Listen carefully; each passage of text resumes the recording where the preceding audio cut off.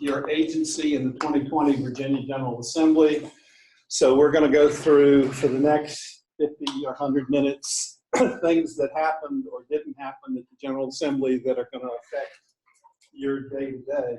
But before we go any further, Bob Bradshaw. Bob is President and CEO of the Independent Insurance Agents of Virginia. He is a lobbyist for the Independent Insurance Agents of Virginia. My name is Joe Hudgens. I'm a lobbyist. I work for the IAV. Primarily, I get Bob his coffee in the morning and make sure that his shirts are ironed and all that sort of stuff, and generally do what he tells me to do. Well, I tried. So let me go over what you should have. First things first, the yellow sheet. This is your course introductory statement, and the law requires me to tell you that this tells you that you're going to get 2 ethics credits for this class. It's kind of your Miranda rights for continuing education. How many of you are agents that are here proceeding?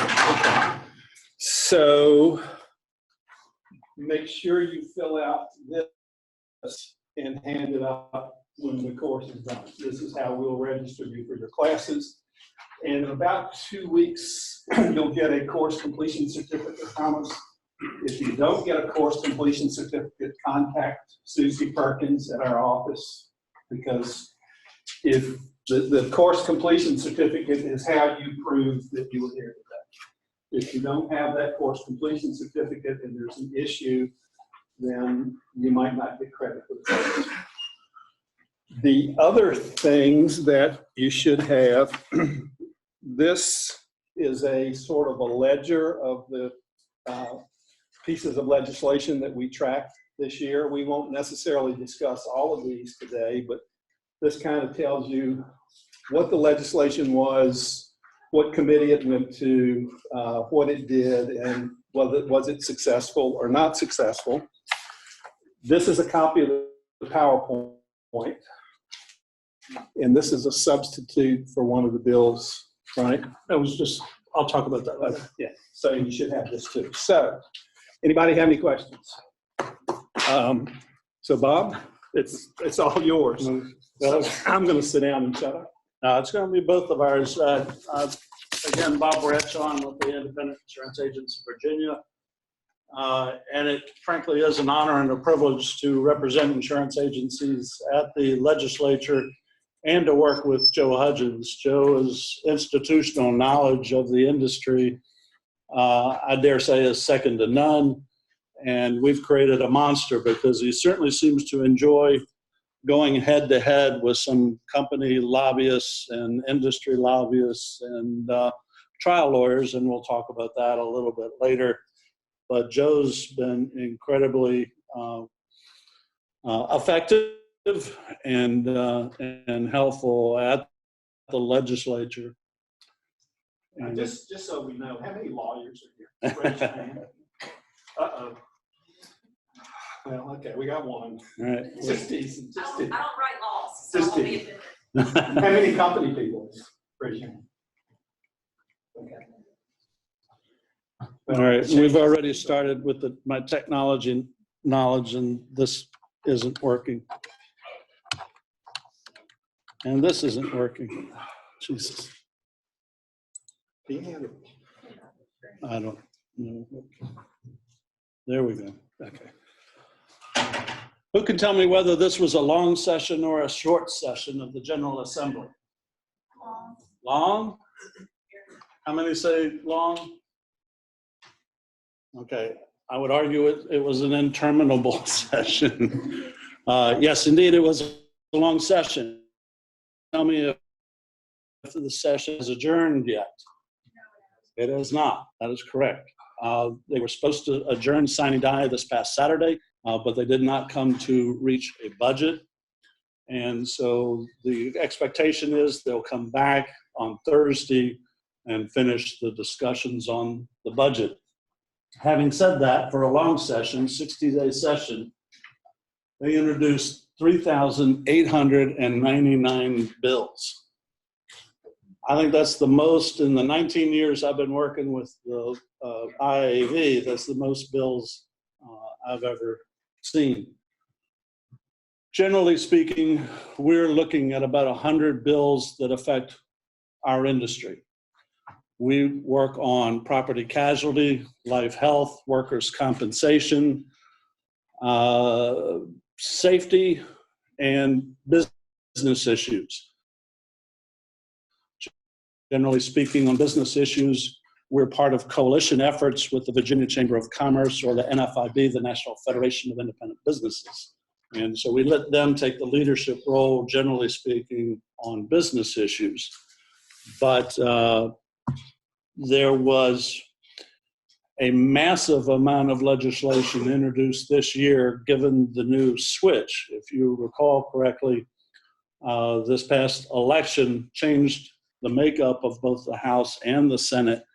And so the Democrats took over power of the legislature for the first time in easily 10 or so years. So there was a lot of pent-up demand on legislation that they had been trying to put through for years and years and years, and it had not been successful. And so it all came as almost a fire hose, I would say, in legislation.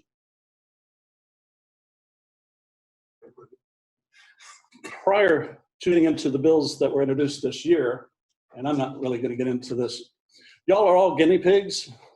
We have not done this session before. You're the first time that we've done it. And I will almost guarantee that we will not get to the end, but we will do our best to fly through the bills as they came.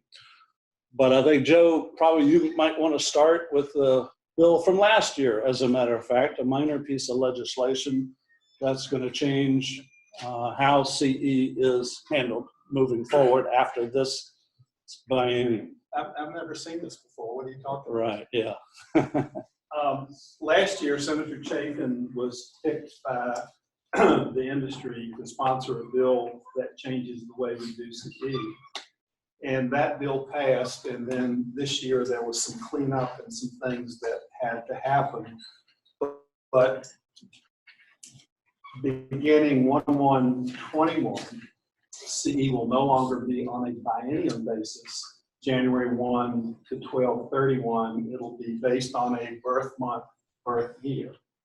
So that's how you will do your CE. You'll pay your fees by type of license. There will be no longer a continuation fee. So if you have a property and casualty license and you have a life and health license, you will pay for that probably 10 or 12 bucks per license. Go back to the other slide real quick, I'm sorry. If you're going to be a new agent, you're going to have to be fingerprinted. There won't be the background check anymore. The CE board representation is going to change a little bit. As an example, I'm on the CE board and I represent in property and casualty companies that do business through the independent agency system. That title is going to go away and my position will be at large going forward. PIA, IAV, NAFA, those groups will still have a specific spot on the board. Okay. So what's going to happen going forward to get everybody in compliance so that everything is working the way it should? Keep this chart. You're going to want to refer to it. As an example, if you are born in January of an odd year, on 2021, you will only have 13 months to get your 16-hour CE. Some folks will have as much as 37 months. So that has to happen so that all of this can get in sync going forward. But what I would tell you is this coming year, for this year, if you take 16 extra credits and 3 of those 3 extra ethics, you don't have to take CE again for 4 years. Just look at the chart. If you have a question, call me. But that's the way it's going to work. Any questions about that? Okay. The CE board is actually going to give us a 1-hour class on this chart. I'm desperately looking forward to sitting there for an hour while somebody discusses this chart. And I'm not teaching it. Yes, you are. I'm going to audit that class. I'm not going to teach that class. But seriously, if you're worried about only having 13 months, if you take an extra 16 hours and include an extra 3 hours of ethics, that will roll over to your next biennium, which means you won't have to do anything in those 13 months and you're good for another 2 years. So that's 4 years that you won't have to take. All right, let's get to legislation this year. Not a whole lot of legislation, and Joe has already alluded to Senate Bill 233 introduced by Senator Chafin. This was a cleanup bill. The piece of legislation that was introduced last year that had everything to do with licensed agents had some issues, especially in the area of public adjusters that needed to be changed and updated. And so this was a Bureau bill. This was a bill introduced on behalf of the Bureau of Insurance. They asked Senator Chafin to put the bill in, which cleaned up some of the areas that had been overlooked from last year. Really did not affect us or our members very much. The one thing I will say, and the Bureau people here can put your fingers in your ears, we have a great relationship with the Bureau of Insurance, and generally speaking, around October of every year, they will send us a copy of what they call the Bureau package. And that's the legislation that they intend to introduce. They want our opinion on it, other groups' opinions on it, and they want to make sure that going into the legislature, we don't have a battle between us and the Bureau of Insurance. So it's a good opportunity around October prior to the legislature that we can provide input, review legislation, and of course, when we looked at this one, there was really very little legislation that needed to be introduced. The next bill, House Bill 1334, Insurance Data Security Required Programs and Notifications, introduced by the good delegate Mark Keem from Northern Virginia. I would say that this is another Bureau bill, and I would say also that we feel that we've been working on this piece of legislation for at least 4 years. And why I say that is this is the bill that presumably was going to be the model legislation from the National Association of Insurance Commissioners on cybersecurity regulation of agents. So this was the genesis of this bill was the NAIC model bill that the Bureau, well, first the NAIC was working on it with all of the trade associations, and then when they finally got it to a level that they wanted to introduce it, they rolled it out to all the states to put this piece of legislation in. Last year, the Bureau floated putting the bill in, but very quickly we've reached an agreement with them that probably best that this wait a year, we continue to talk about it and have some discussions on really the full breadth of the piece of legislation this year. Some elements of 1334. And one of the good aspects of this is prior to this bill being introduced, all cybersecurity elements were pretty much covered in the criminal code and regulated by the state attorney general. With the NAIC model, this moved, frankly, everything that affects us into the insurance code 38.2 and very clearly established that the Bureau of Insurance will regulate insurance companies, insurance agencies, and insurance agents when it comes to cybersecurity and cyber liability. This also eliminated the private cause of action.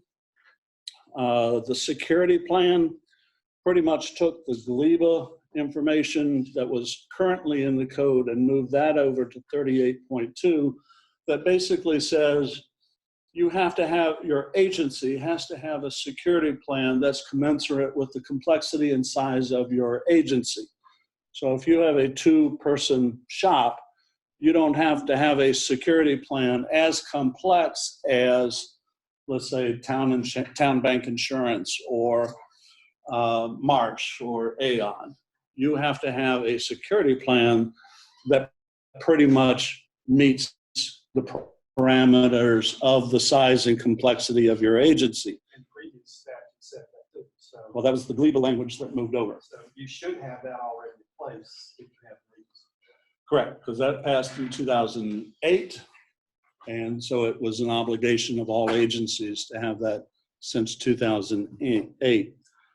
1334 also outlines that you have to have an incident response plan, that if your agency is breached, how you conduct an investigation on a cyber event, when you have to provide a notification on a cyber event to both the consumers and to the Commissioner of Insurance. And then it also established that the Bureau will institute regulations related to security and cybersecurity. And this is sort of where we will get into the devils in the details. Again, we've been talking to the Bureau about this. We're not jumping up and down for joy with the NAIC model. We see a fair amount of problems with it. And so we hope to fix all of those working with the Bureau in terms of the regulatory process. And then if we have to go back next year and clean up 1334 with some fix-it language, we will do that. For example, one of the things we definitely want to put in is for larger agencies who frankly are more concerned with the New York financial security regulations than say Virginia's, that we will actually put it in the regulations that as long as you keep up and comply with the New York State regulations from the Financial Security Division, then you will be deemed to be in compliance with Virginia law. A lot of our larger members have said, frankly, we don't care what Virginia does because New York's is so broad, so just so massive, they're concentrating on making sure that they meet the New York State requirements and kind of not necessarily looking at Virginia's, but they don't want to have to be looking at both. We, of course, will make sure that nothing is in conflict, but we want to make sure that our larger members don't have to pretty much put a table in and say, okay, are we checkbox here, are we okay? Checkbox here, we're okay. We will get into also where some of the very smaller agencies will not have to comply with some of the very specific regulations that are going to be established. So there will also be kind of a safe harbor for smaller agencies, and again, construe it as a safe harbor for larger agencies who comply with the New York State law. So this will be a very fluid area. We'll be working with the Bureau of Insurance on the regulations. They have indicated to us that they're pretty close to releasing the first draft of the regulations, and we'll be meeting with us and other organizations on that first draft later. But this was a broad sweep. There was a brief period of time when we felt that we were really going to have some problems with the cybersecurity bill, and that we might actually end up in this session opposed to 1334. However, with the new change in the power structure of the legislature, we were concerned with some of the cyber bills that we were seeing introduced in other areas, and we didn't want to leave the insurance industry where it was in terms of the regulatory process. So we agreed to go ahead, get this bill passed, move us as quickly as possible under the purview of the Bureau of Insurance, and so we would not have to worry about this regulation, this regulation, this regulation, all across the code, where we could conceivably have an agency called by the Attorney General's office and just going after us on all kinds of different areas of cybersecurity or security plan in your agencies. So we did agree. We worked finally also with the ACLI, the American Council of Life Insurance. They had a particular problem with 1334, and we worked to negotiate between the ACLI and the Bureau on a materiality issue related to a cyber breach.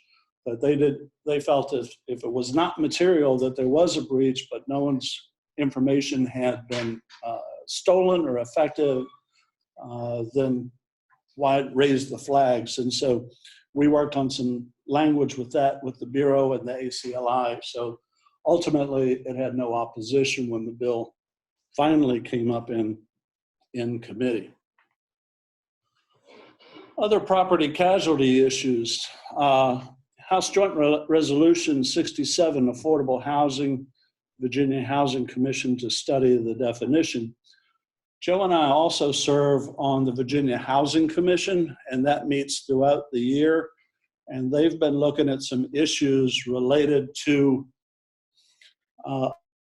affordable housing, most specifically in Northern Virginia, and what can be allowed and what is not allowed, and some insurance coverage issues, none of which we could really come to an agreement, say, with Arlington County prior to this legislative session. So we agreed to work with Arlington County and others to send a study to the Virginia Housing Commission, of which Joe and I sit, and we'll be able to kind of figure out what are your problems and what are the issues related to getting insurance in some of the affordable housing issues. I think daycare was a big element in that. One of their issues was apparently some of the landlords that have the larger apartment complexes were having trouble getting liability insurance if there were a lot of folks in that complex that kept children that had daycare in their revenue. So they actually called us to see what we could tell them about that. And that's a specific underwriting criteria that some companies would have and some companies wouldn't have. So, our advice to them was go slow and don't get a law passed mandating that you have to accept apartment complexes that have 15% of their occupants have daycare in their rental unit. So anyway, they're going to study that. That's what they're going to study. One of their other issues was availability and affordability. Well, I think we determined there was plenty of availability. The question is it an affordability issue? Joe, this is one that you worked on or looked at, Senate Bill 780, campgrounds, inherent risks, liability. Yeah, this one got next year. And I never did find out what the genesis whose bill this was. But basically what this bill did was, if you own a campground and you have your tenants have their trailers there whenever they have their trailers there, you're exempt from any liability. If something happens, they can't sue, assuming what happens is inherent to a campground. Trial lawyers love this one. Yeah. So anyway, I don't know how that's carried over till next year, and when something is carried over till next year, the for and the against are going to get together to see if they can't hammer out something that works for both of them. But basically, the law said, you're driving your little golf cart from your trailer to go fishing, and you run off the road and turn over and you're injured, or you fall in, or whatever is inherent to a campground, you can't sue the campground owner. When trial lawyers not like that? Well, that's what I mentioned. I was being pretty facetious. There's any number of bills that we're not exactly seeing eye to eye with trial lawyers, but they weren't doing the wave for that one. That's for sure. Another fun one was House Bill 1333, landlord and tenant damage insurance. Landlord may permit in lieu of a security deposit. Again, introduced by good delegate Mark Keem. Delegate Keem went to a seminar and heard somebody discussing the possibility of having an insurance product that would cover, say, the security deposited damage to a property. And he thought this would be a great idea for Virginia. Talked to the Bureau of Insurance. And Joe, you want to? So there is an insurance product in some other states that as the renter, you can purchase and it will protect you when you move out if your landlord says that you did damage, and it'll pay for the damage that was done. What this law did was it said that you could use this insurance product in lieu of a security bond. Insurance companies didn't quite understand it, I don't think. It's not a product that exists. It's miscellaneous casualty, and as I understand, that's not anything that would have to be filed for forms. But it's just a permissive law. It will allow this to happen should somebody want to come to Virginia and sell this product.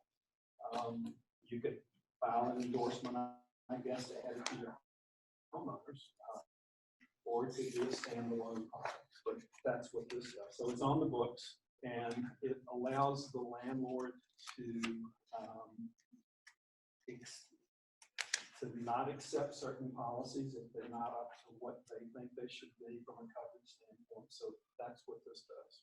I think one of the earlier elements of this also mandated that the apartment complex would have to accept this.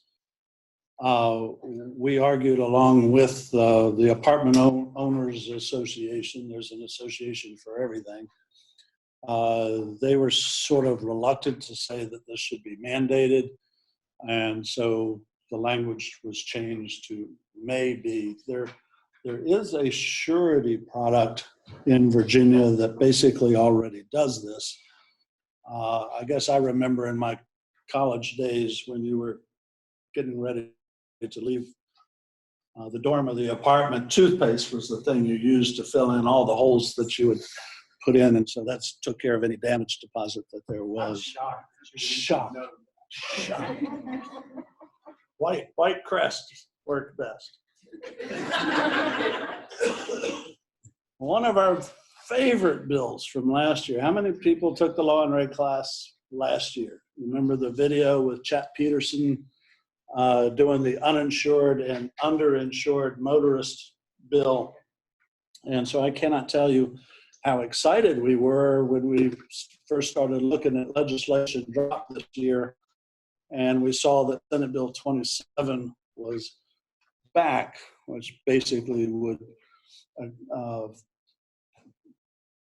establish that companies who denied some policies could be accused of bad faith. You want to expand on that any further? Well, just real quickly, what it did was, if a company, if there's a claim, and the carrier denied a reasonable offer, then they would be liable for all sorts of penalties and all kinds of things. And it didn't pass, so he brought it back this year, identical to what it was last year. And it's basically a way broadening of the bad faith claims. And but he dropped it. What, like 3 weeks into the session? 2 weeks into the session? 2 weeks into the session. And we hear from our friends on the Trial Lawyers Association that it was dropped this year, but they're coming back with a vengeance next year with this and a lot more stuff. So stay tuned. We don't know what that means. It was also kind of funny when we first opened up. We have lockers at the General Assembly building, and you get it back every year. And when we opened it up this year, all of our please vote against this bill last year were still in the locker from last year, and we thought, wow, we're all set and ready to prepare to try to kill this bill again. Glad it didn't come up. It didn't stay alive very long. But it will be back next year. But it no doubt will be back. You want to take the next one? Yeah, this was, you get, every day we get there and we look to see what's happened as far as bills that have been put in. And we noticed this one, and what this bill said was that it was going to require by statute that you comply with your policy in the terms and conditions. So I'm reading it, and it's like information going in, bouncing in the middle, and coming back out and making your eyes roll around.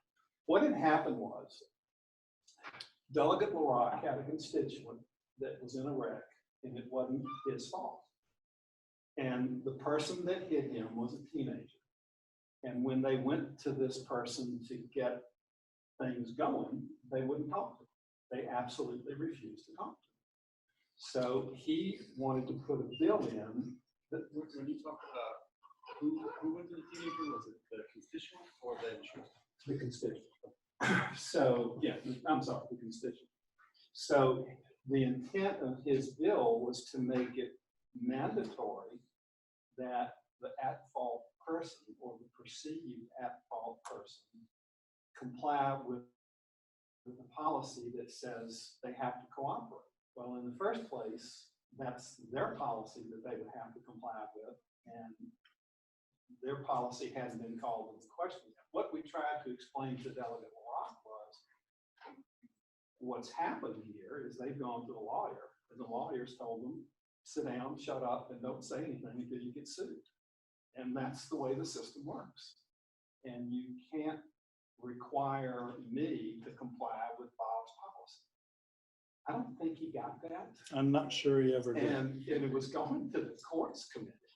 So we told him, look, we don't want you to stand up in front of the courts committee at the podium, Which is filled with trial lawyers. and say something that's going to make you look, well, I won't use the So, but he did anyway. He went and they, I think, gently laid it on the table. Gently laid it on. So anyway, that's what that was all about. That's with this one we put in just to kind of give you an idea of things that you deal with on a regular basis. He's a nice guy and all that, but you have a question? Well, No, I know. yeah, I mean, I'm reading it, I'm trying to understand. And then once I understand what he's trying to do, then I got to figure out, how do I get him to understand that that's not how it works? And he never did, I think. well, it was pretty clear early on with his aide and then with him too, Yeah, that he was trying to figure out what our angle was. right, yeah. That's, And it's yeah. not that we were, Yeah. it was a dumb bill. We knew what would happen He said to that, I it. didn't say that. It was a silly bill. And we knew that if he brought it to the courts committee, which is full of trial lawyers, Yeah. they would have him for dinner and Yeah. lunch and breakfast. I mean, they live for this sort of thing. I think it's, and at one point over the weekend, he called the constituent Right. to get more information. And then we met with him the next week. And that's when he was flip-flopping on whether he would take it to the committee. Was he uninsured himself? No, not that. He just was. It was a kid who was at fault in an accident and refused to talk. And the lawyer just said, sit down and shut up until you get sued. And that's what was going on. Not sure how you create the bill to force the You know, kid to testify against himself, you but have to turn the legal system upside down. and a lot of what we do when we meet with legislators is say, if you don't trust us, talk to the Bureau of Insurance. That's They what they're might there know what they're for. talking Yeah, they might know what they're talking about, but about. I didn't mean that. I didn't mean that. the Bureau is there to help. The Bureau is there. They've got a Consumer Affairs Division. Talk to the Bureau of Insurance. See, Just don't come up with crazy and legislation. that's one of the things. By the way, we run into it every year, and we tell the members, if you've got a bill that's going to relate to insurance, call the Bureau of Insurance. That's what they're there for. Don't just put something in, but probably 80% of them don't do that. I would have loved for them to call, LaRock called George Lyle at the Bureau and say, would this have any effect? Of course, George isn't there anymore. Oh, he's still there. Oh, that's right. He's back, yeah. In fact, I'd pay for that. I would pay to watch that. I've known George since 1985, so I can say all kinds of things about it. Things that he would want you to tell me about, and vice versa. Why don't you take this one? Peer-to-peer. How many of you know what peer-to-peer is? Okay, peer-to-peer is the Airbnb of cars. So this bill came up last year, and it was put in by the companies that are the Airbnb of the automobiles. So you've got a car, you want to put it out to be rented. Maybe your neighbor can rent it, or somebody across town can rent it. There are platforms that allow you to do that. Truro is one, Get Along is another, and they are the Airbnb of the auto rental. And they put a bill in last year to legalize it, and not that it was illegal in the first place, but they put a bill in to structure how it all was going to happen. It was sent to study. It was studied. There were stakeholders. We participated in the stakeholder meetings, and this bill came out. And what it does is it defines who the platform is, who the owner of the car is, who the renter of the car is, when the rental starts, when the rental stops. All of these things are defined in the bill. The other important thing that this does that the insurance industry was really interested in, right now under the personal auto policy in Virginia, if you put your car on an app and somebody rents it, that's not excluded by your personal auto policy. The peer-to-peer is not excluded because that's permissive. 38.2, 2034, I think it is, or whatever the bill is, that's the omnibus clause, so that's not excluded. So the insurance industry told Truro and Get Along that if you will allow to be in your bill, give the Bureau of Insurance the ability to exclude peer-to-peer, we'll back you if you back us. So what the bill does is it structures how peer-to-peer is going to operate. It indicates who will have the insurance coverage, and in this case, the platform, Truro, will have the liability coverage, and liability coverage will only be minimum limits. They can offer physical damage if they want, and companies can, if they choose to, exclude the exposure. So the Bureau will, I assume, have ISO or whoever do an endorsement to exclude the peer-to-peer exposure, and then companies at their choice will be able to exclude it or not, and I can't imagine any company not excluding it, but we'll see how that happens. You can, if you don't exclude it, I guess you can ask the question and charge an additional premium if the exposure is there.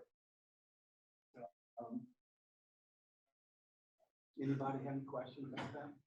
The limit of liability that the platform has to carry is quite much lower than Uber and Lyft.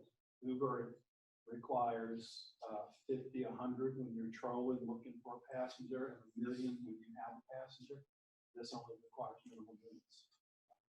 We were a little surprised that it went down that way. That somebody might think about adjusting that up a little bit, but who knows? Any questions about that? Coming out of the study, it was a little harder than just this one bill that was introduced. There were actually two bills introduced in the House and then two bills in the Senate. The secondary bill dealt with taxation. So right now, when you rent your car through Turo or whatever, and you are getting an income on it, you are not taxed. Well, a minor company called Enterprise Rent-A-Car doesn't like the idea that somebody renting their car through Turo is taxed at a smaller amount than enterprise conducting their rental car business. So while we didn't have any dog in that fight, there was massive amount of contention with these bills, especially on the tax element. Ultimately, the House bills went away and the tax bill in the Senate was rolled into Senate Bill 735. So then there was one bill that dealt with everything. But there was, toward the end, it looked like enterprise was not going to be jumping up and down for joy with this. Honestly, believe that everybody else, the entire insurance industry and the other rental cars and the Airbnb, Turo type companies had all come together. Enterprise Rental Car was the outlier, even though they themselves have a subsidiary or own a subsidiary where an individual can post a car and rent their own car. So the flow charting this got to be a little on the crazy side. You can rent a Tesla in Richmond through Turo for like $400 a day. Actually, I looked up Turo and a Tesla for going to the Virginia Beach Convention, and it was $145 a day. Yeah, Competition. cool. All right, our favorite bill, Senate Bill 664, motor vehicles liability insurance coverage limits, effective date, introduced by our good friend Senator Scott Surville. Going back when Scott was first the delegate, Joe and I went to visit him just to introduce ourselves. And we said, Joe, Bob Bradshaw with Independent Insurance Agents. And quote, unquote, he says, oh, well, I'm a trial lawyer, so I guess we'll never agree on anything, unquote. So that was a nice introduction to And he was right. brand new, close to it. He also has the distinction last year of introducing 63 bills, none of which passed. So now with the change in the organizational structure of the legislature, he had a more friendly audience. I think the average is 18 per member. He was right. He was at 63. Very prolific attorney. We worked on this bill in the Senate and basically came up with what we thought would be the compromise. His original bill would have sent the minimum limits into the stratosphere, but the compromise reached would be 35, 70, 40. So when the bill left the House and came over to the Senate, we're expecting that the discussion is going to be on 70, 30, 40. And we'll do the video of when this bill came up, and virtually immediately when he stands up, he talks about a substitute. So we're going to pass out the substitute, which will give you about as much time as we had to look at the substitute while he was talking.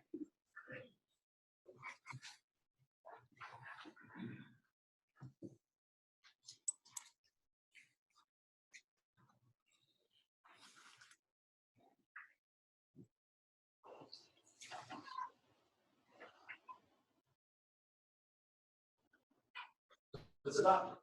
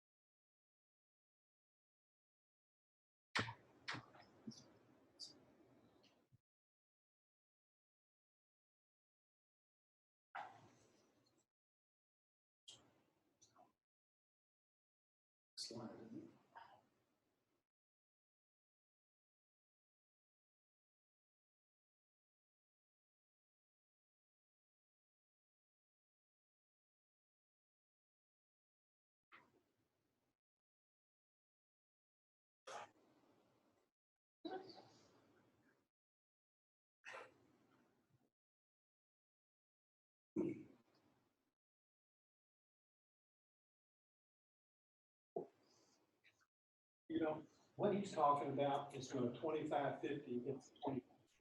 That's what their big concern. People run together. That's their concern.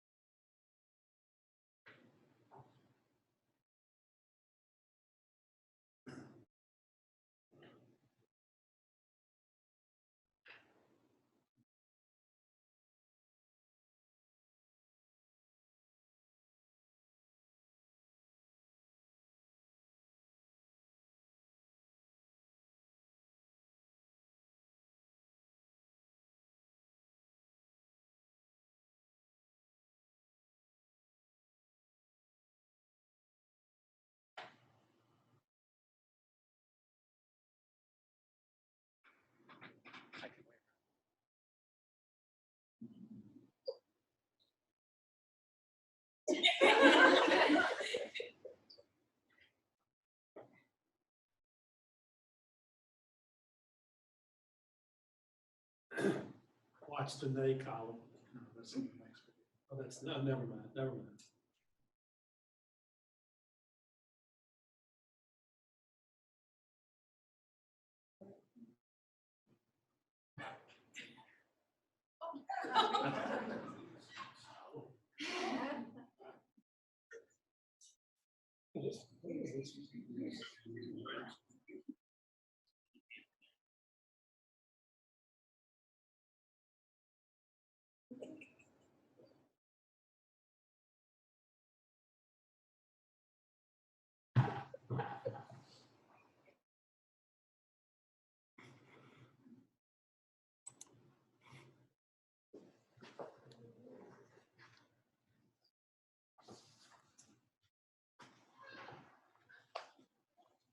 Who's in favor of raising the minimum loans?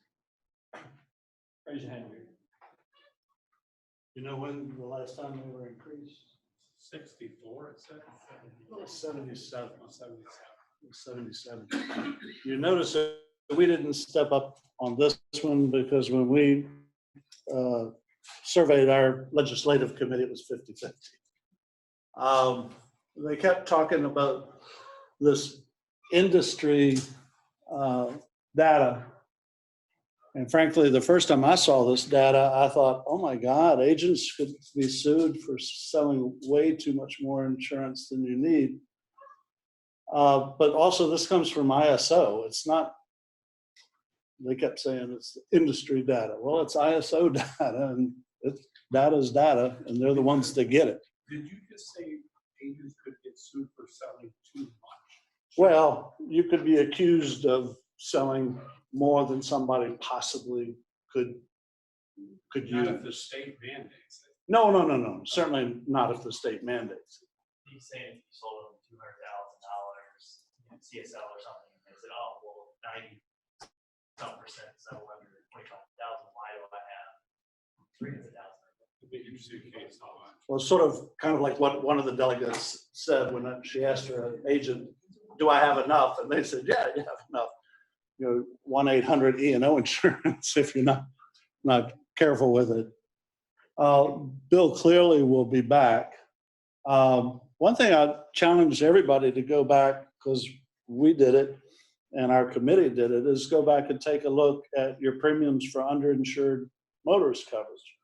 Mine hadn't changed $2 in 5 years. I don't think yours changed in 10 years. My UM premium, I've had the same carrier for a while, hadn't changed in 12 years.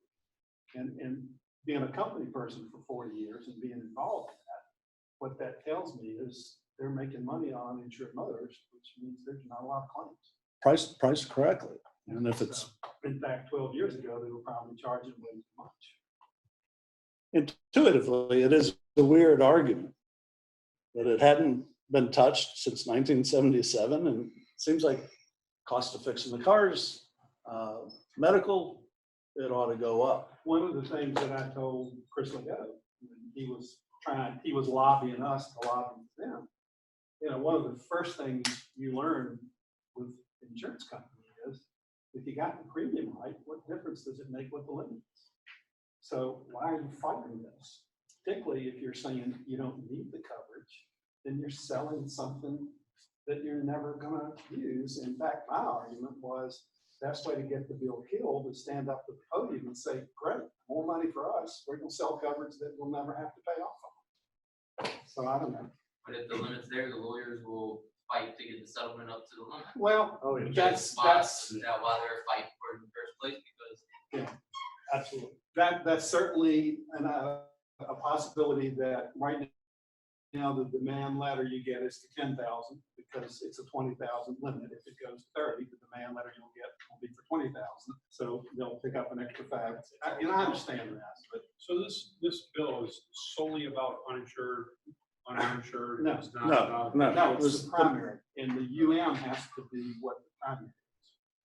Right, but the change was for the Primary. Right. The taxi cab folks were against it because they're allowed to have minimum limits for UM as a taxi operator. And they were saying this is going to increase their costs dramatically. Yes. just like overall, they talked about the European limit being 1.3 million. Is there any credibility behind that and why? I haven't heard that until this. Well, you know, it's crazy Europeans. I would just. See, yeah, you might have Just the experience. living in Europe for a number of years, and it's comparing apples to oranges to do that, because frankly, they don't really have trial lawyers that get legacy fees.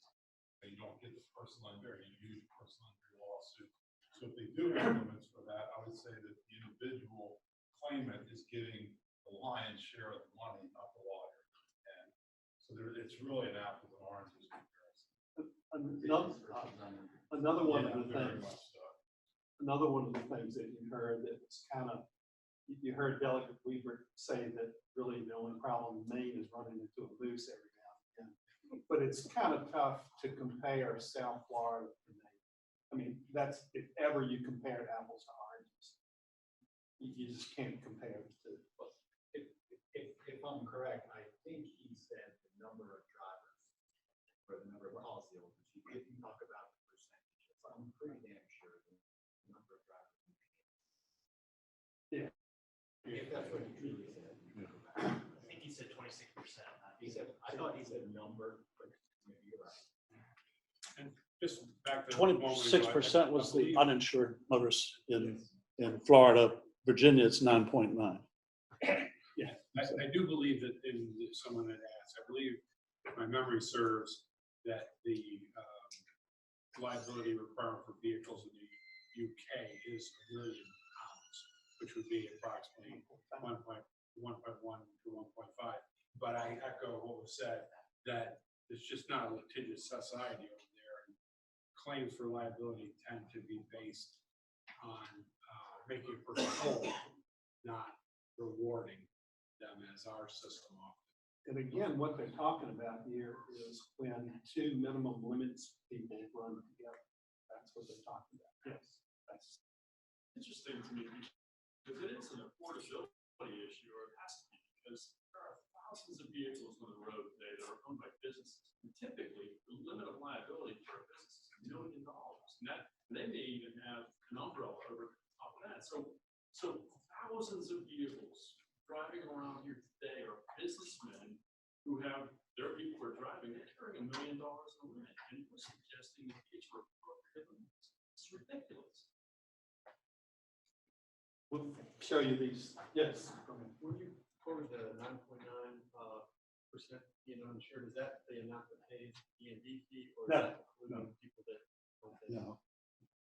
Was it 33,000 pay the $600 fee, Joe? Huh? It's 5. It was I thought it Is it's 500? Yeah, Okay. 3,600 people pay the $500 insured motorists. But what these stats show, and again, we were neutral on this. Rated 90% of the claims settled for under $25,000, and almost 100% of the PD claims settled for under the minimum PD limit. So the point the insurance companies are taking is that the overwhelming story, the statistics are showing is that this is not a problem. I understand, well, that's the point. And if you're gonna make a limit, then you get settled up to limits. The most disconcerting thing there was that the cat companies, who are businesses, are carrying minimum limits. For UN. For you. For uninsured motorists. For UN. They're required to carry And that's why they were against it, because they're self-insured for the most part, or have surplus lines. Yeah, well, for the others too, but this will increase their cost to do business for something that they'll never. Well, so. A lot of companies opt to do the 25,000 coverage if they can. It's not something that says this is all we want. And I mean, they're allowed to do that. And that woman, I will say, is I do insurance defense. I'm not on the other side. A lot of claims settle once they're filed because of this 25,000 limit. Because insurance companies say, we're not going to pay $30,000, $40,000 to try a case when it might be worth it might be worth 15, Yeah. maybe 25, just to move along. Yeah, that's the other side that the trial lawyers didn't bring up, and having been on the company side for 4 years, you see it happen. You get a $15,000 case, the lawyer's asking for 20, you settle for 5 more than what you think it's worth, just because you don't can go to court. So you've actually saved yourself $5,000. And if this change is also going to, the impact it will have on the judicial system and Virginia with the general district court on this $5,000, it's just going to come up everything. Come Yeah, on down. Yeah. Yeah, they got that law changed 3 years ago. The general district court was 15, and they got that raised up to 25.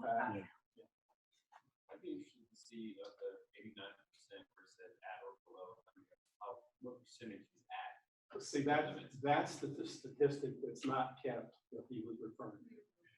You don't know how many minimum limits people run. And nobody.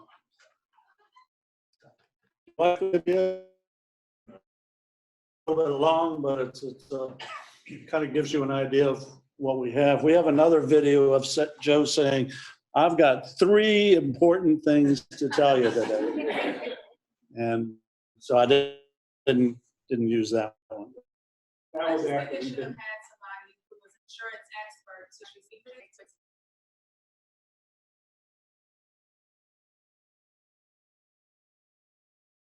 the representative who was asking the questions. You know, that's a good point, and that's one of the things that we run into all the time is when you go to the delegates and the senators, you sit down and talk to them, they don't know insurance. And it's There's just not a talking sole about- legislator who it's an exam again, I think. I don't know what the problem is, she just wanted the maximum deductible amount. It was- That's right. But it- Because that's not the maximum. And She wanted the maximum deductible, but she wanted to pay everyone. And we try to go visit everybody, especially I was going to say the Commerce and Labor Committee, but it's the Labor and Commerce Committee this year. Big surprise. We try to visit with everybody and answer their questions. And then you get to the committee and it's everything we talked about goes right out the window. And again, that's why the lobbyists are there. I was just gonna say, I actually have a personal experience with this. I switched my major from finance to insurance for year when this happened to me. But I had someone from Florida, T-bone me up here in Richmond. She had, of course, minimum limits in Virginia for transfer to minimum. I was on my parents' policy at the time who also had minimum. I had $80,000 in medical bills, and their insurance company stroked the check and then actually sitting there. So that's actually what got me into insurance, and now I study insurance. But I don't know if You want a copy of the video? I don't know if this is the right way to go about it, but I can tell you personally, I don't have minimum limits now because I know if that situation would ever happen to me again, having higher than the minimum, I'm covered myself. That's like with my excess. I think So it was interesting because they were quick to write the $25,000 check and walk away because they knew. I think we've heard that 15% by minimum limits in Virginia. Everybody else buys substantially higher. And, you know, nobody was really arguing that this isn't a problem when it's a problem. The point is it a big enough problem to require statutory change? And I can understand if I'm a trial lawyer and I've got somebody dead to rights, but all they got is $25,000 and it's $100,000 case. I don't make smoke come out. I understand. Well, hopefully when this comes back up next year or whatever they say it's gonna bring it back up. Yeah. They'll have the data behind the Act 25. I don't know that that's even captured. We have our homework to do. Yeah. And number one, to bring it back to the legislative committee and say, what position do you want us? Or he can argue one way and I can argue the other. Yeah. Yeah, that'll work. Yes. Nothing. Oh, no. No. I mean, the only people that really benefit, I think, Absolutely. are really the trial lawyers, because everybody could buy more, everybody could buy up to that limit. They want everybody to buy that limit and not buy less than that, so that they have more, more funds to draw from when an accident occurs. They want the government and legislature. Right, I mean, everybody could buy stuff I am not sold as the trial lawyers were, that if we increase the premium by $60, that that's gonna have no effect on people Yeah. not buying or Right. buying insurance. Take I think the 9.9 in that case will increase. I'm almost afraid to ask this question to show my Oh, then don't. ignorance. I've been living in Virginia now 25 years. You're almost in Virginia. You still have the ability to go after the other party. Yeah, so, Okay. sure. Yeah, All you right. can Well, take- the reason I asked that is when I read this, the way that this read, one paid in full or $30,000 of credit or whatever, this just read quickly. It seems to almost say like, you're done. Unless the adverse party gets you the sound release. Real quickly, then we do need to move on. One of the senator's aides told me that one of the things that was concerning them was that with the advent of so many people now going to get their driver's licenses, the law that got passed for I guess, the undocumented folks, they're going to be a lot more people on the road with minimum limits now that go to some of the companies that specialize in selling you only what you need. So that was one of their concerns. Whether that plays out or not, who knows? Something else real quick. I work for the Bureau of Insurance in the Market Conduct Department.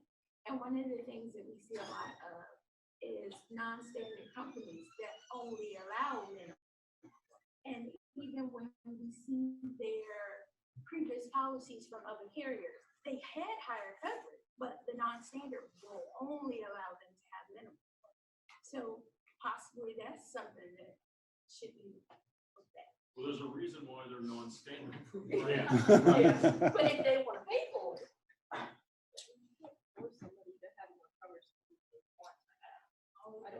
But if they're willing to pay for it, why just say all you can have is I love it. the standard? Because they're a problem driver, that's why they got non-standard. Not Why you gotta give them more. Well, no, Something you not get an accident. necessarily. Yeah, but fortunately in Virginia, we are an open competition state and the company can charge what they want to charge. And like I said, one of the first things I learned, if you got the premium right, it doesn't make any difference what the limit. I think we beat this enough. We have. This is great. Again, it kind of gives you an idea of what we deal with, and you got a copy of the substitute about as quickly as we did when we were up here. So we're grabbing the substitute saying, what's new, and what's the change, and does that affect how we And this would move put forward? us 50, 100 will put us right where Maine is higher than Alaska, or is Alaska the highest? Alaska's highest? Alaska. I am certain we are not going to go through all the slides, but we will plug on. Oh, this is Joe's favorite. Workers' compensation for our real good friend, Lee Carter. Lee Carter is a delegate from Manassas, and Lee Carter is progressive socialist, although I won't say anymore. This is socialist, period. Socialist, okay. Anyway, socialist. He's a socialist on steroids, but Right. these three bills. Proud of it. Yeah, oh, absolutely. So HB 45, retaliatory discharge of employees. What this bill said was that if you had a workers' comp claim anytime during your employment and you got fired, even though it was for cause, you could claim that you got fired because of the work comp claim that happened 15 years ago. And the company had the burden to prove that's not why they fired. That didn't pass. But it came close. It came amazingly close. HB 47, I'll do that one next. Foreign injuries. Delegate Carter worked construction, and he worked for a Georgia company, and he was doing business he was working for them in Indiana. He lived in Virginia. The Georgia company didn't have the Indiana stamp on their workers' comp policy. He's injured, there's no coverage. So he doesn't get a lawyer. He represents himself, which was his first mistake, I guess. Anyway, there was no coverage there. He brings a claim in Virginia because he lived in Virginia. The Virginia Work Comp Commission told him that he had no standing and who would pay anything in Virginia. There's no money and there's no reason for them to pay him. So he brings a bill that basically says if that happens again, then there would be coverage under the Virginia policy. Basically making the Virginia Workers' Comp policy cover any place in the country or in the world that you would do business. So we stood up and opposed that, and as you know, there's no, in the workers' comp system, there's no reciprocation whatsoever, and it would just be chaos. So that didn't pass, that got left in committee. HB 46 says that the company has 30 days to, right now there is no limit. When there's a claim, the insurance company can basically tell you within whenever they want whether it's covered or not, their intent. Most of that happens within 30 days. We had one of the work comp commissioners stand up and testify. But originally the bill said you had to notify the employee in 20 days. He compromised and changed it to 30 days, and that did pass. The only addition was that the workers' comp company can notify the employee electronically if they both agree to talk to each other electronically. So that did pass, and now the work comp company has 30 days to notify their intent to pay.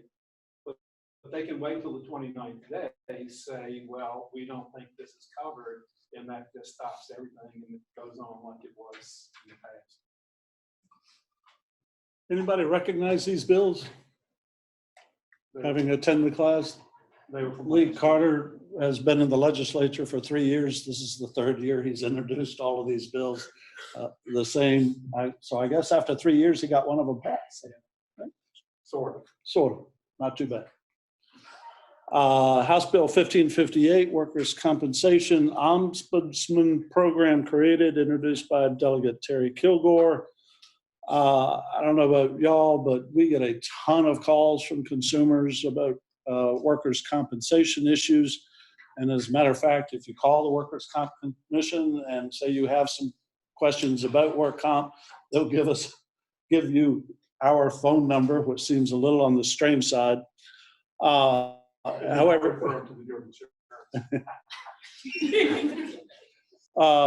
what this will do, the commission will be charged to hire an attorney who's specialized in workers' comp, who can help the consumer who's confused and wants to know which way to turn. So it's a pretty decent bill. Elizabeth Guzman put in House Bill 617, Workers' Comp Repetitive Motion Injuries. I think Virginia is the only state that doesn't say that repetitive injuries is compensable. This bill has gone to a study, so we'll see what happens on this one. What it will do, if it had passed, right now, if you have an injury and it's deemed to be repetitive, the worker has to prove that it's the job that caused it. What this bill said was the company has the obligation to prove that it wasn't the job that caused it. So this is going to go to a study, like the risk, whatever you call that. Carpal It's not covered unless, as a worker, you can prove that doing this all day gave you carpal tunnel. House Bill 1596, Workers' Comp Psychological Injuries. This is related to, I believe this was amended for police and fire department, that if they see something that is catastrophic or horrendous, it would be deemed compensable through workers' compensation. This bill also went to a study. I was hoping that wouldn't get amended because that would give me coverage for working with him every day. Moving on. House Bill, Senate Bill 804. This was a curious one. Employees providing domestic service definitions. I think this was an unintended consequences type bill. It was pretty massive on taking care of domestic people that you call into your house and come to find out, gosh, this would require you to pay workers' compensation for people that you bring into your house. I got a phone call one day from a lobbyist who's working with, actually with the delegate side of it. Right. And wanted to know if there were issues with getting the law changed. Right now, if you look at the workers' comp code 65-2, the definition of employees, it excludes domestics. They were thinking about taking that out and including domestics in the workers' comp code and taking out the number of employees for more than 2 and just making it or whatever. So I pointed out to her that, you know, a lot of domestics work for a different person every day of the week. So if there's a claim, which workers' comp policy is going to apply? Because you might have 5 different workers' comp companies for 5 different employers. Anyway, they ended up taking that part out of the bill, and it's going to be studied. So I don't know what they'll come up with next year. You know, clearly, you know, domestics should have workers' comp coverage. I guess I don't know how they're going to get around the fine points of it. Bill will come up next year, but we're on the speed dial for that. Moving on to a different subject, safety, automobile inspections. Anybody recall seeing anything about this during this session? Gosh, I hope so. A ton of bills introduced, none the least of which was the governor himself saying that he wanted to get rid of auto inspections.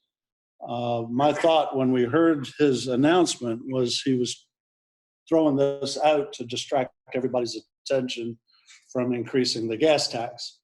But a couple of bills, House Bill 130 was a standalone bill getting rid of it. Senate Bill 125 was a standalone bill getting rid of it. House Bill 1414, 1439, Senate Bill 907, and Senate Bill 890 were all omnibus bills that dealt with a lot of issues, including the safety inspection stations, getting rid of it. A bunch of y'all, you should have a handout that sort of looks like this.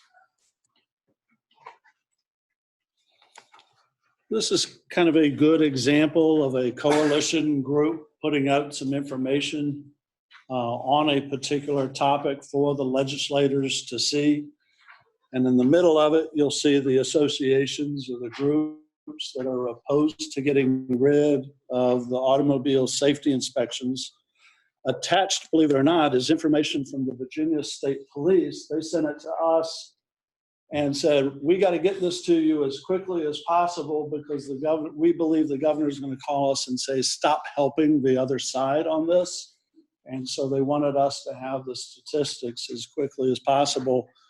The astounding statistic to me, again, it's sort of personal, is that 1.4 million cars a year are rejected and not allowed to be driven unless they are repaired. And personally, I just assume take some comfort in the fact that the cars around me have to meet some level of being assured that they are driving. The disappointing thing to me when you look at the list of associations who support the safety inspection program, does anybody see anything that's glaring? Apparently not. Why is the Big I the only insurance organization that's supporting the safety inspection stations? I still don't think I have an answer to that. Anyway, having said that, we are very pleased to say that the governor's efforts failed and that safety inspections, whereas his transportation bills pretty much went through, good, bad, or ugly, the safety inspection information or getting rid of the safety inspections or amending it to every other year, you get an auto inspection. That portion of the bills did not survive. Real quick, I was in the House Transportation Subcommittee on HB 1439, chaired by Delta Jones, and the Secretary of the Department of Transportation and her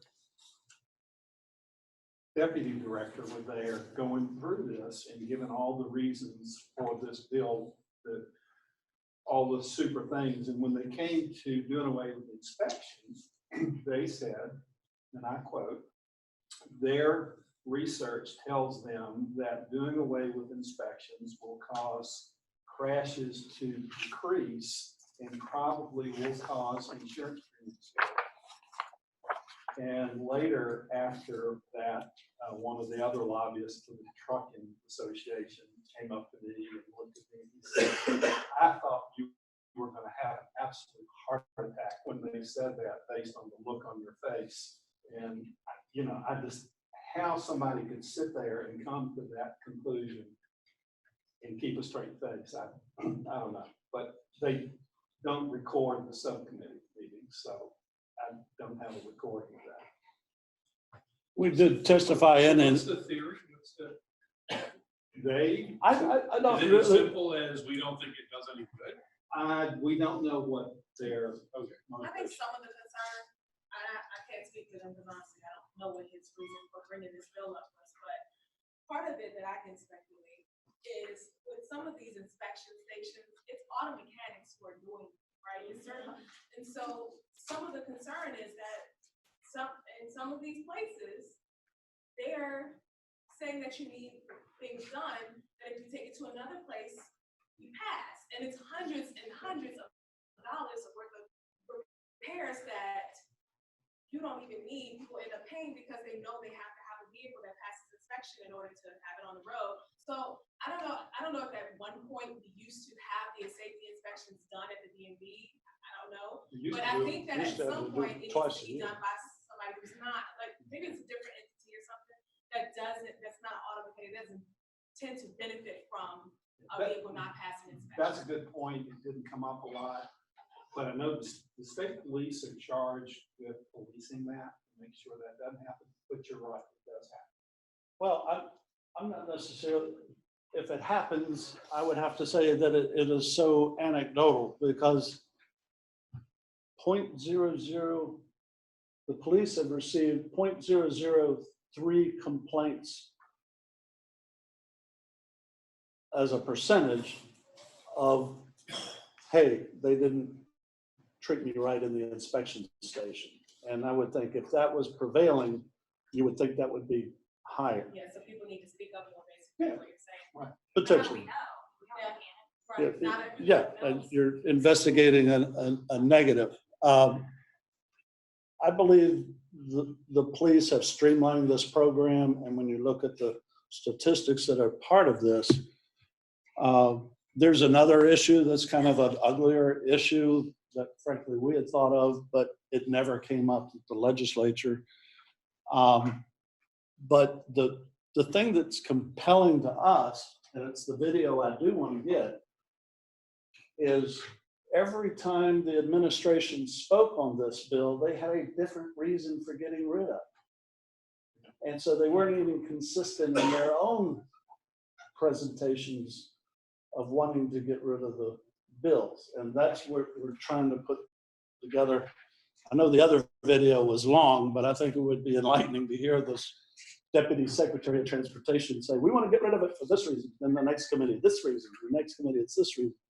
Like, make up your mind, for goodness sake. One more little quick factoid that I found in doing some research. In 2016, 50% of the accidents that involved teenagers, the cars they were driving were over 11 years old. So 11-year-old car, an 18-year-old male, not inspected in 5 years, probably not a good combination.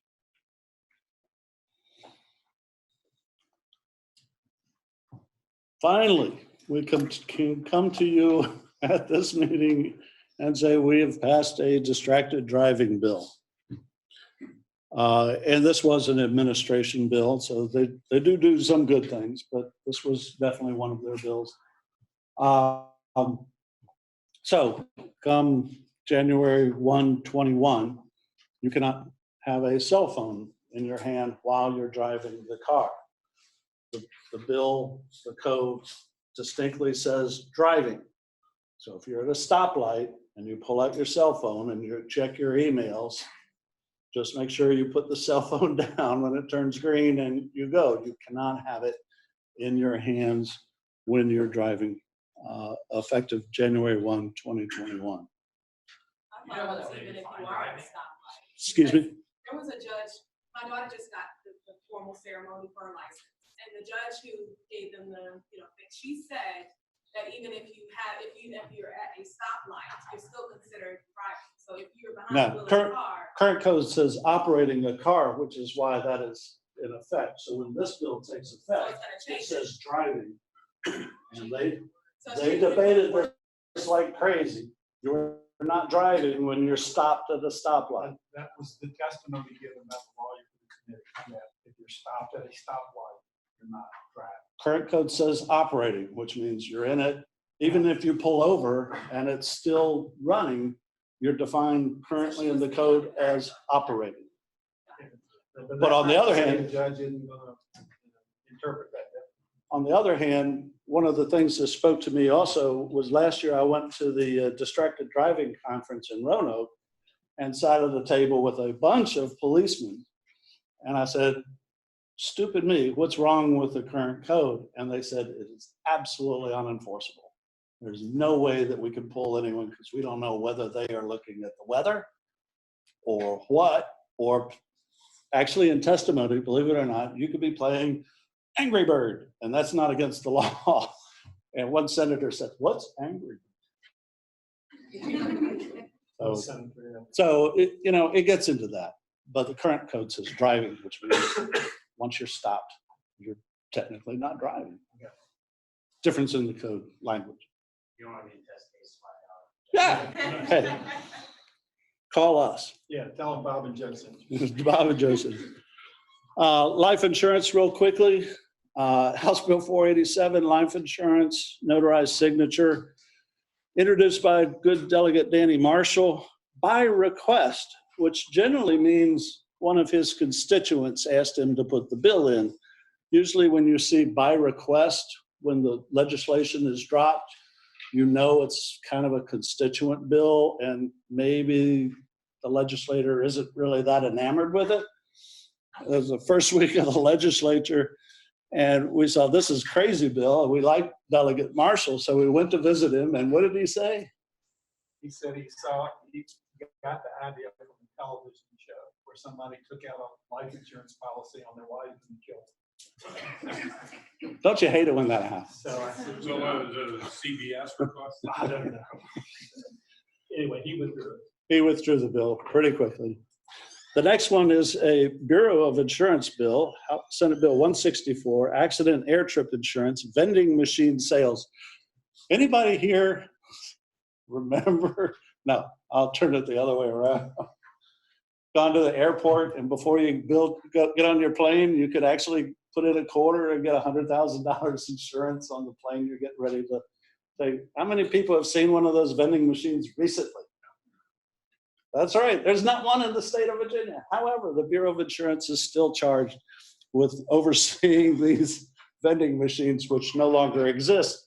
Big surprise why the Bureau would want to, let's get rid of this language, clean up language.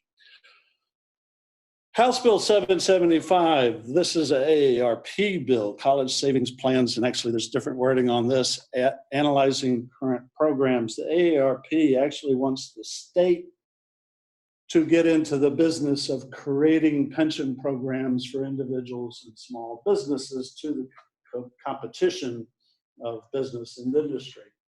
We also represent or lobby on behalf of the National Association of Insurance and Financial Advisors. And so both our membership and their membership were strongly opposed to the state getting into the competitive business of what we are already doing out there. The bill created the competitive plan. It was changed and amended to create a study, and the study will be conducted by the staff of the 529 program.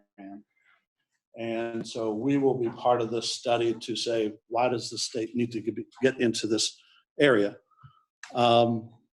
Also added to that was last year, Congress passed some legislation that would affect everybody to make it easier for individuals and small businesses to have pension programs on themselves and wouldn't have to go through one whale of a lot of paperwork. Putting together a 401k can be exceedingly expensive, or used to be exceedingly expensive for small businesses. Was that introduced by the lady that said, I don't know anything about insurance? Yeah, there you go.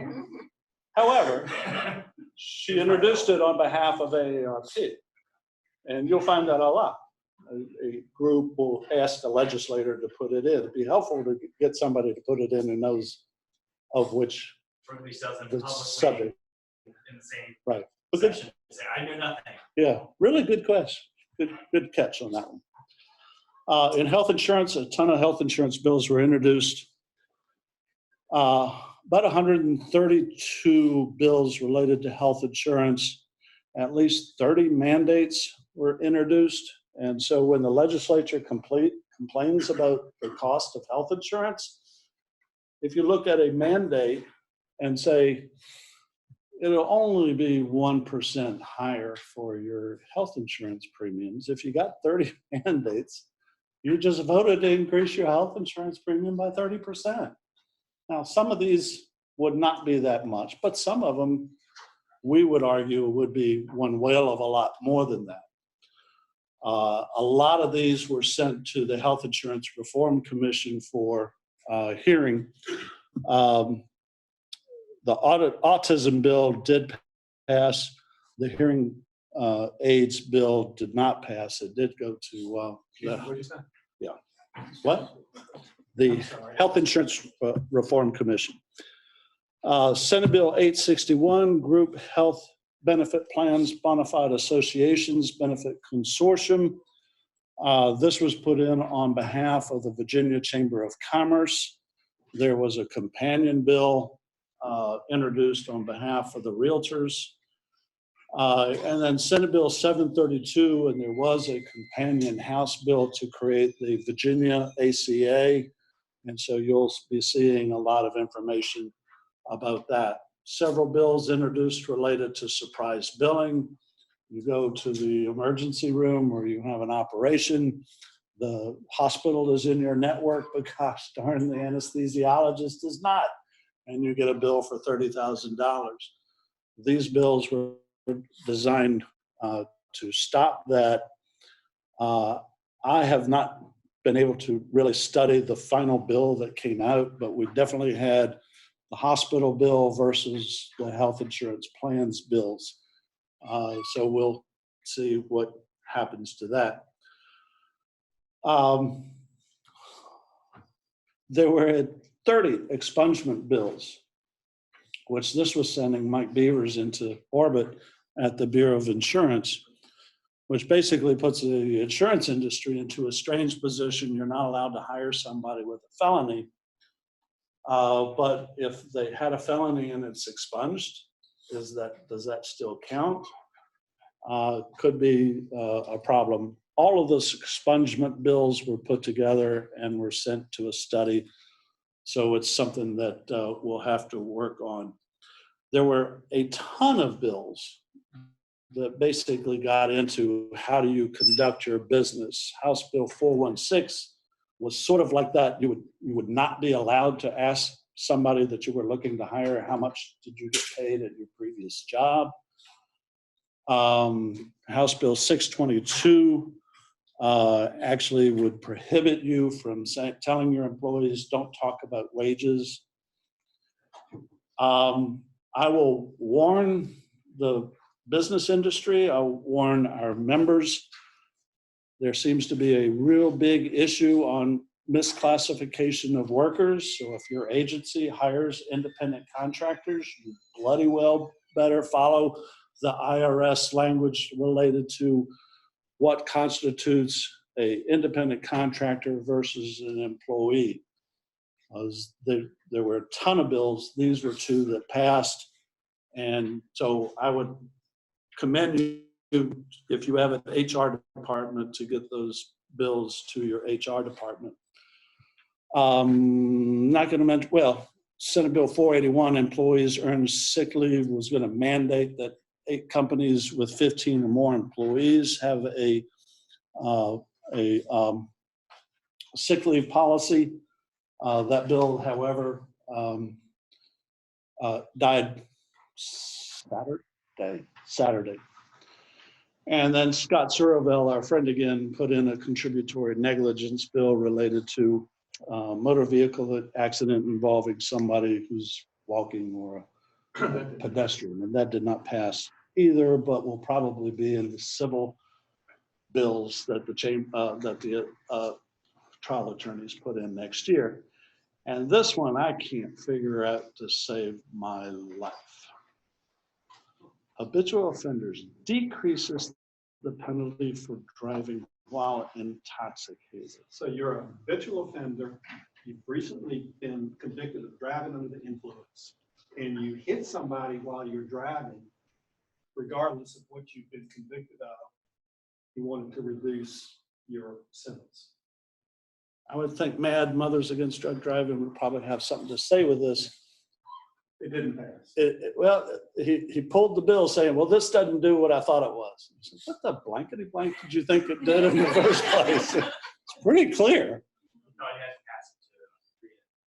Yeah, there you go. Thankfully, we didn't go that far. And frankly, our best bill of the session was House Joint Resolution 300, celebrating the life of Danny Mitchell, who worked for us and passed away last Christmas.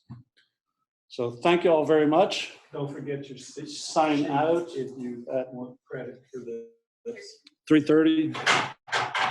We kept you here way longer than we should have, but I hope you enjoyed it. Thank you.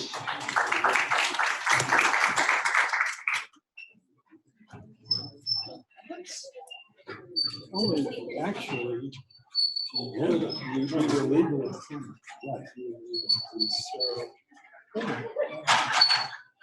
The first time you did it, you always go around. Yeah, give that to us. We'll take the forms. Yep. Always enjoy it.